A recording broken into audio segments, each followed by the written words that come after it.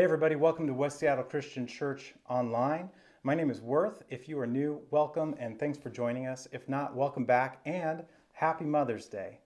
Well, today we're going to take a little journey, a little jaunt through the scriptures, starting all the way back in Exodus with the story of Moses to begin with, and then landing in our destination in Matthew chapter 7, verses 13 through 23. The itinerary is going to include a little bit about the choices we have before us when we hear or read something Jesus says, and then decide how we're going to respond to that. And this happens all the time in scriptures, by the way. God gives some commands to his people, and then they have to decide if they will obey those commands or not. And basically, the choice boils down to following what the world around them says is right, or following what God says is right. In the Old Testament, it was often the choice to follow the ways of other gods or other tribes of people, or choosing to follow God's path towards true life and real life. Jesus offers the same choice in his Sermon on the Mount. And before we get to his sermon, we'll jump back and take a look at another Sermon on the Mount, and that mountain was Mount Sinai. But first, here's a few opportunities to take advantage of. As I've been saying for weeks now, on May 24th, we'll be hosting a Zoom discussion that is really important. And we're going to be looking at Latasha Morrison's book, Be the Bridge. You do not have to have read it to join the discussion. So even if you haven't read it, please join us. It's all about racial reconciliation and healing in the church and outside of the church, and it'll help us have a biblical framework for restoration. And we hope that you make that a priority, and I hope to see you there. So jump onto our website, find the racial justice link on our homepage, and from there you'll find the sign-up form, and it's pretty self-explanatory. Though subject to change, our second announcement is that our next in-person service is going to be on Sunday, June 6th. So please hop online and pre-register today, because that'll help us for all of our setup and to plan accordingly. Once again, that service will not be, there won't be Kids City. It's family style. We'll have stuff for your kids to do, and you won't want to miss it. So here we go. Way back in the Exodus, Moses gives God's people the Ten Commandments, and they enter into this covenant with God. And at the end of Moses' sermon, we read this. When Moses went and told the people all the Lord's words and laws, they responded with one voice, "Everything the Lord has said, we will do." That's in Exodus 24, verse 3. Well, Jesus picks up and emulates this same type of delivery and rhetoric in his Sermon on the Mount. And we've just spent many weeks talking about how to be salt and light and how to reset our spirits on the ways of God. And now Jesus starts to conclude his sermon, and he does this by giving us several images to consider. The first one is about different types or paths and fruit. And then it's about those who aren't obedient, but they appear like they are. And then he delivers this mic drop moment where he gives this parable about the wise and foolish builders, which you can read on your own. Let's read part of that now. Enter through the narrow gate, for wide is the gate and broad is the road that leads to destruction, and many enter through it. But small is the gate and narrow the road that leads to life, and only a few find it. Watch out for false prophets that come to you in sheep's clothing, but inwardly they are ferocious wolves. By their fruit you will recognize them. Do people pick grapes from thorn bushes or figs from thistles? Likewise, every good tree bears good fruit, but a bad tree bears bad fruit. A good tree cannot bear bad fruit, and a bad tree cannot bear good fruit. Every tree that does not bear good fruit is cut down and thrown into the fire. Thus, by their fruit you will recognize them. But the point is simply this: just do it. And I do mean it's simple. Jesus didn't give this teaching so that we can philosophize about it. It's not about self-help. It's not an idea that we can attain or some moral or ethical theory. Jesus' conclusion is really simple, and it reminds me of James chapter 1, verse 22, which says, "Don't merely listen to the word and so deceive yourselves, but do what it says." I love the Message version of that same scripture. It says it this way: "Don't fool yourself into thinking that you are a listener when you are about anything but, letting the word go in one ear and out the other. Act on what you hear. Those who hear and don't act are like those who glance in the mirror, walk away, and 2 minutes later they have no idea who they are or what they look like." So put plainly, he just wants us to do what he taught, and he expects us to. And we know this to be true, just like the Israelites knew it to be true when they heard Moses deliver the Ten Commandments on Mount Sinai. They replied as one, "Everything the Lord has said, we will do." But Jesus knows that we have this tendency to say that we will do something and then not follow through. So he gives several examples to help his conclusion kind of resonate with the audience that he was speaking to and to us.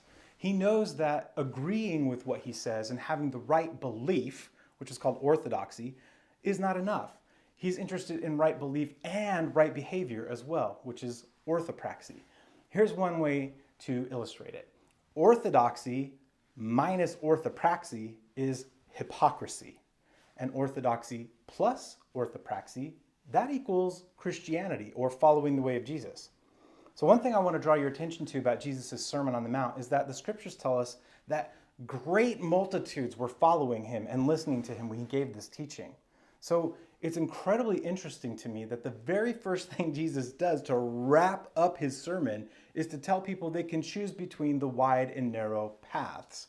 Basically, he's like, you're either going to do this or not. What is the wide path? You know, the bad path, the one that many follow and that leads to destruction. Well, it's obvious that Jesus was very popular at this point in his story, in his ministry, but it's like he doesn't know the first thing about marketing, or maybe he does. It's as if he values something else entirely than what the crowds think of as success. Maybe it's because he's focused on faithfulness rather than what the world thinks, what looks like success or effectiveness. But right after preaching this fantastic sermon where he's followed by multitudes, he basically says, popularity is for the birds. He just dismisses it outright, saying that many will follow it and it's going to destroy them. And he calls his followers to a more difficult and narrow way. And this is really important for Christians and churches, groups of Christians to understand, because we live in a day and age of whatever is best selling. We live in a culture whose modus operandi literally is consumption, a consumer culture. And marketers know if they put the label on their product that it will sell more. Labels like, this is the most trusted or the most watched, or get your best life here ever, you know. All these ads that just gnaw at our insecurities, on our human nature that's a bit broken and leads us into longing and acceptance. So the message that marketers send us are meant to comfort us as consumers so that we'll feel like we're part of the in crowd when we get the newest gadget that everybody has. And the reason we want the popular consumer product, whatever it may be, is because having it not only means we've succeeded in being in or part of the popular group, but it helps us feel like we're legit, like we have legitimacy, like we matter now. And Jesus is all the time standing over by himself saying, deny yourself and follow me. And so the question is, do you realize that you can consume Christianity like a product? In your own story of following Jesus, your personal Christian life, do you follow leaders or ideas simply because they're the ones everyone else is listening to, because they're the popular ones? And I really have no problem telling you that there are many popular Christian teachers and preachers, pastors out there at churches big and small with humongous reach on social. But when I read or hear what they say about following Jesus, it doesn't quite compute. It doesn't jive. If Jesus is really easy to follow, that kind of might be a problem. So, are you growing? Are you growing in your ability to discern if they are actually following Jesus, his way, his words, and his works? It's super important. You know, it's hard for us now, and it was hard back then. Take a look at John chapter 6, verses 60 through 69 sometime, and look at the gist of how hard it was for people to follow Jesus.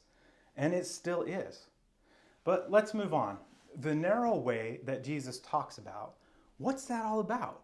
What is that way like? Well, I'd like to suggest that even though the way may be narrow, which suggests it's hard physically, mentally, emotionally, spiritually, I don't think that this way means that you or I are all alone. It's not about isolation from our culture. We covered that last week. We aren't called to be by ourselves like monks where we're secluded away. I really like this quote by Dietrich Bonhoeffer in Life Together, where he says this: if there's so much blessing and joy even in a single encounter of brother with brother, how inexhaustible are the riches that open up for those who by God's will are privileged to live in the daily fellowship of life with other Christians. I think this is also shown for us in the scriptures over and over again. Jesus wants us to be in community with one another. We see it in how he put together his team of disciples. And when he sent them out to do his work, he didn't send them by themselves, but in pairs of twos.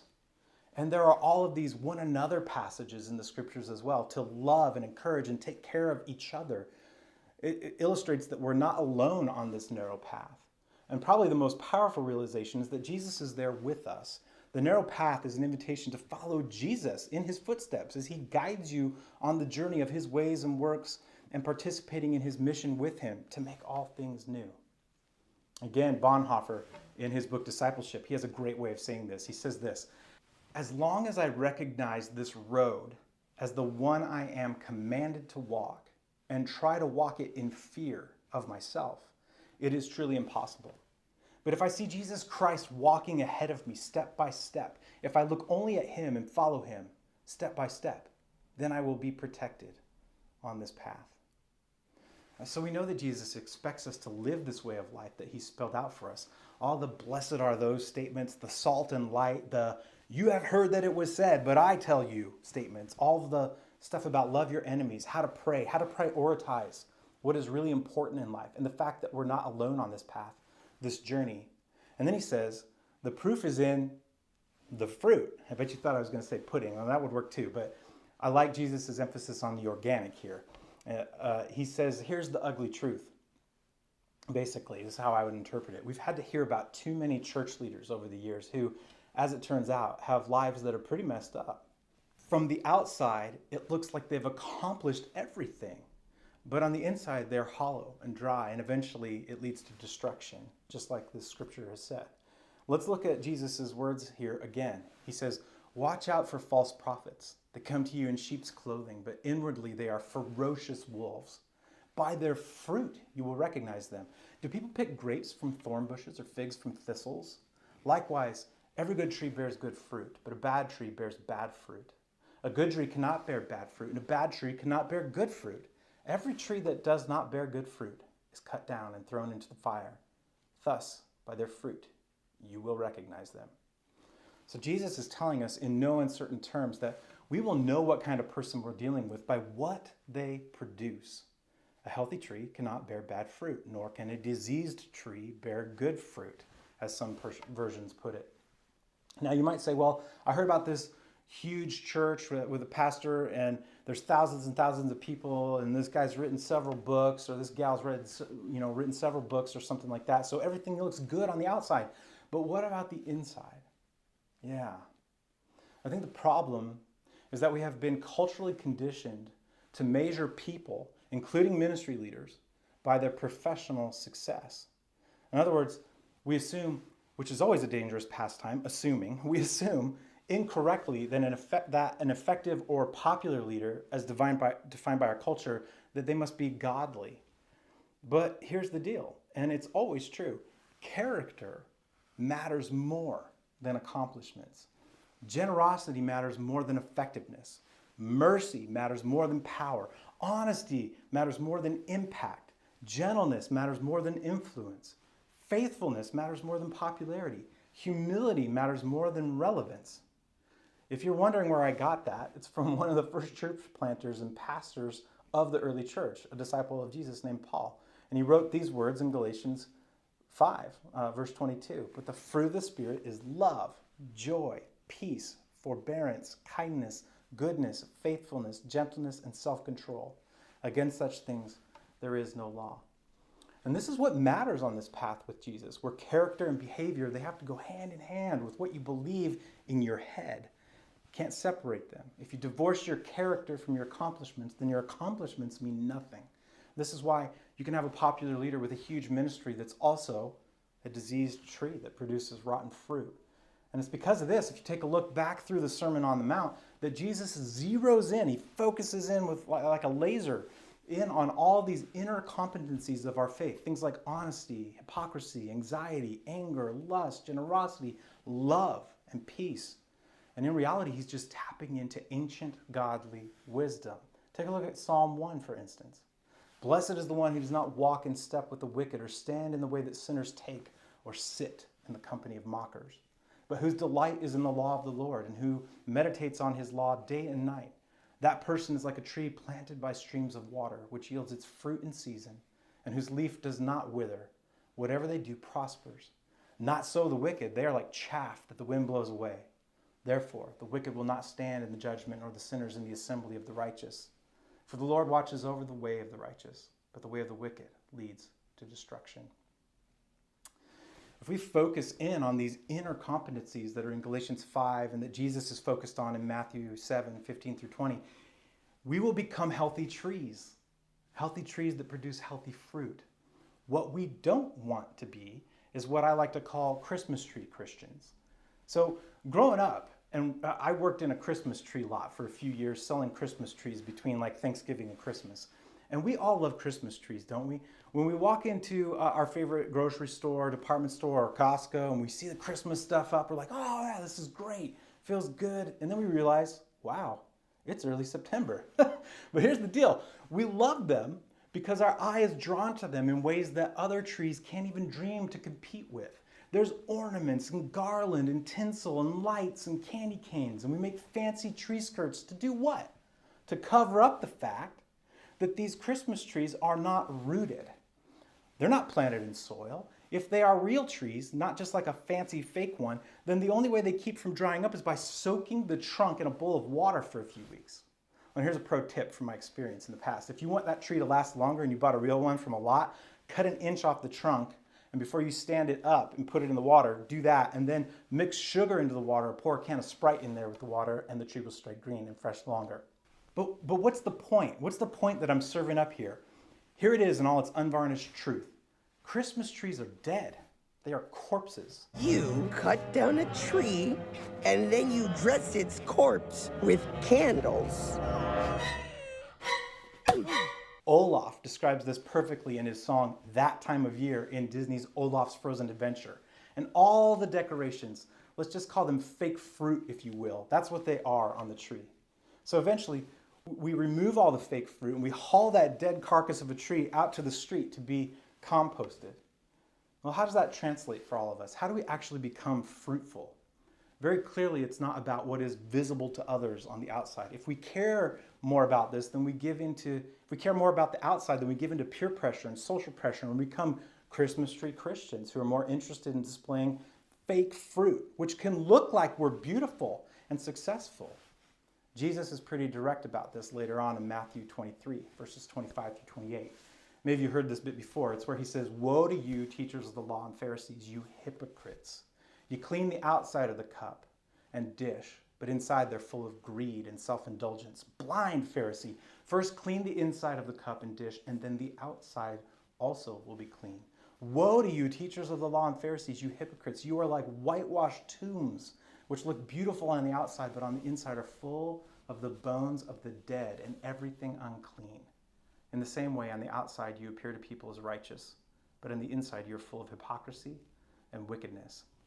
None of us wants that for ourselves, right? We want to be a community that's robust and flourishing, a fruitful orchard rooted deep in the grounded and good soil of Jesus. And that's how we do it. We actually don't focus on looking like we have fruit on our branches. In fact, we don't focus on the branches at all.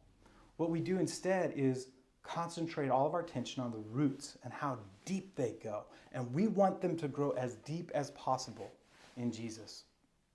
In fact, this is what Jesus is hammering into his disciples' souls and ours as well. Good trees automatically produce good fruit when they have cultivated deeper roots in good soil. The way he explains this is that we have to abide in him. He goes, kind of pun intended here, really deep on this subject in John 15, which I hope you read on your own sometime soon, maybe even today. But what he's talking about is much more than self-help and self-improvement. It's not about you're just deciding to be good or be better at these internal components and characteristics of Jesus. You can't just will yourself to be this way through ingesting the right information or going to worship every Sunday. It's not about a program or investing in the right type of Bible class. Jesus basically says that the fruit a tree produces is contingent upon or determined by the identity of the tree, which is its character and its integrity. An orange tree doesn't make pineapples, and grapevines don't grow watermelons. Likewise, there's no amount of Bible classes or sermons or knowledge or effort that's going to change what a tree produces. The type of fruit just springs forth based on the type of tree. And this is what's really frustrating and I think kind of hard for Christians because we've been conditioned to expect growth based on just showing up and learning more facts, more info, kind of like osmosis. Here's an example. If we talk about the fruit of the Spirit in Galatians, we're expecting some type of program we can get involved in that will help us learn what we need to know, that'll change our character and competencies so that we can develop these traits in our lives, these fruits. But Jesus says that's kind of not how it works, which is why he ends his sermon by saying, with the foolish builders, the wise and foolish builders, did you hear what I said?